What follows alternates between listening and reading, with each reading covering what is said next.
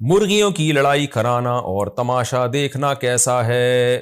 یہ اچھا ہو گیا سوال پوچھ لیا بھائی. میں بہت دنوں سے سوچ رہا تھا اس میں خود سے کلپ ریکارڈ کرواؤں گا, مجھے یاد نہیں رہتا تھا, لیکن عبد القیوم صاحب نے سندھ سے پوچھ لیا. بڑی نوازش عبد القیوم صاحب. ہمارے ہاں لوگ مرغوں کی لڑائی کرواتے ہیں, کیا یہ گناہ ہے؟ اور جو لوگ مرغوں کی لڑائی دیکھیں گے کیا ان کو بھی گناہ ہوگا؟ عبد القیوم صاحب, بالکل گناہ ہے, حرام ہے. اس طرح سے جانوروں کو عذاب دینا یہ بہت شدید گناہ ہے. آپ بتاؤ, نبی صلی اللہ علیہ وسلم کی صحیح حدیث ہے کہ ایک عورت نے بلی کو باندھ دیا, وہ بھوکی پیاسی مر گئی. اللہ نے اس عورت کی ساری نیکیاں ضائع کر دی. جانور کو عذاب دینا بھی بہت بری بات ہے, اور جس نوعیت کی تکلیف دیں گے اسی نوعیت کا گناہ ہوگا. تو اس لیے اپنی جانوں پر رحم کریں. یہ مرغوں کو لڑانا کس طرح سے خونم خون ہو جاتے ہیں, ان کی کیا گزر رہی ہوتی ہے ان کے اوپر, اور لوگ تماشا دیکھ رہے ہوتے ہیں. اس سے بھی بدترین میں نے چیزیں دیکھی ہیں یوٹیوب پہ. گڑا کھود دیتے ہیں, اس میں اس کو کتے کو اور جو ہے وہ سور کو چھوڑ دیا آپس میں لڑنے کے لیے, خنزیر کو یا اور بھیڑیے کو چھوڑ دیا, وہ لڑ رہے ہیں, وہ بھاگنے کی جگہ نہیں ملتی کسی کو جو ہار جاتا ہے. تو تماشا دیکھ رہے ہیں, آپ کی انٹرٹینمنٹ ہے, اس مخلوق پہ کیا گزر رہی ہے. نبی صلی اللہ علیہ وسلم نے فرمایا کہ حدیث کا مفہوم ہے اس کے بارے میں تم سے سوال ہوگا. صحابہ نے عرض کیا یا رسول اللہ, کیا جانوروں کے ساتھ اچھا سلوک پہ بھی ہمیں اجر ملتا ہے؟ آپ نے فرمایا فی کل کبد ذی رطبۃ اجر, ہر جاندار چیز کے ساتھ احسان کرو گے اجر ملے گا. تو جیسے ہر جاندار چیز کے ساتھ احسان کرنے پہ ثواب ملتا ہے, تو اسی طرح ہر جاندار چیز کے ساتھ ظلم کرنے پر عذاب بھی ہوتا ہے.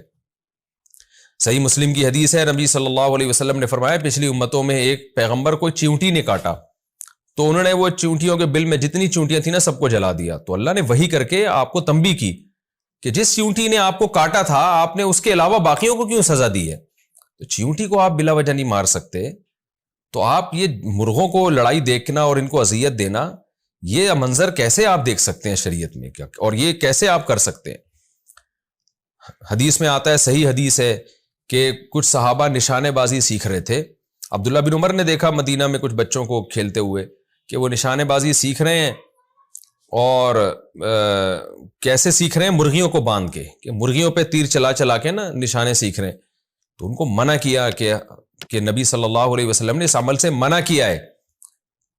دجاجہ مسبورہ اسے کہتے ہیں, بندی ہوئی مرغی, اس پہ مار مار کے نشانے سیکھتے تھے. منع کیا آپ صلی اللہ علیہ وسلم نے کہ نشانے بازی کے لیے تو آپ کوئی بھی ہدف رکھ کے اس سے نشانے سیکھ سکتے ہیں, جانوروں کو آپ کیوں ہدف بنا رہے ہیں اس کے لیے؟ تو آپ صلی اللہ علیہ وسلم نے اس سے بھی منع کیا ہے کہ کوئی مادہ پرندہ انڈے دے اور آپ جو ہے یہ چوزے ہوں اور آپ وہ چوزے اٹھا کے لے آئیں, اور وہ تلاش کر رہی ہو اپنے بچوں کو. تو کوئی آپ کو انسان کو کوئی فائدہ اگر ہو رہا ہے اس سے, پھر ہمیں اجازت ہے کہ ہم جانوروں کو استعمال کر سکتے ہیں. فائدہ کیا ہو رہا ہے؟ ذبح کر کے اس کو کھانا ہے.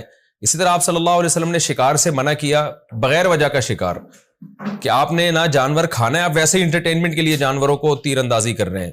جیسے بعض لوگوں کو عادت ہوتی ہے, پرندہ بیٹھا ہوا ہے بس اس کو مار رہے ہیں بلا وجہ. بھائی کھانے کے لیے تو مار سکتے ہو آپ, ویسے نہیں آپ جانور کو مار سکتے. تو یہ ساری چیزیں قیامت کے دن ان سب کا حساب و کتاب دینا پڑے گا.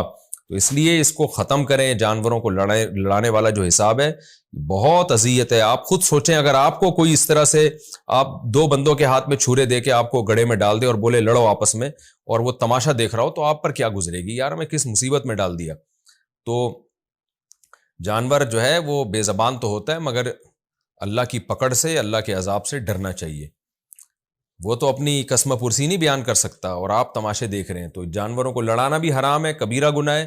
اور جو یہ منظر دیکھ کے ہنسے گا, اور کیونکہ جو منظر دیکھتے ہیں تو ان کے ہنسنا اور ان کی کلیپنگ اور اس چیزوں سے تو اس کو موٹیویشن ملتی ہے. تو گناہ کرنا بھی حرام, اور گناہ کے لیے موٹیویشن بھی حرام ہے. اس لیے اس عمل کو نہ کریں, اور بہت بڑا جرم ہے یہ.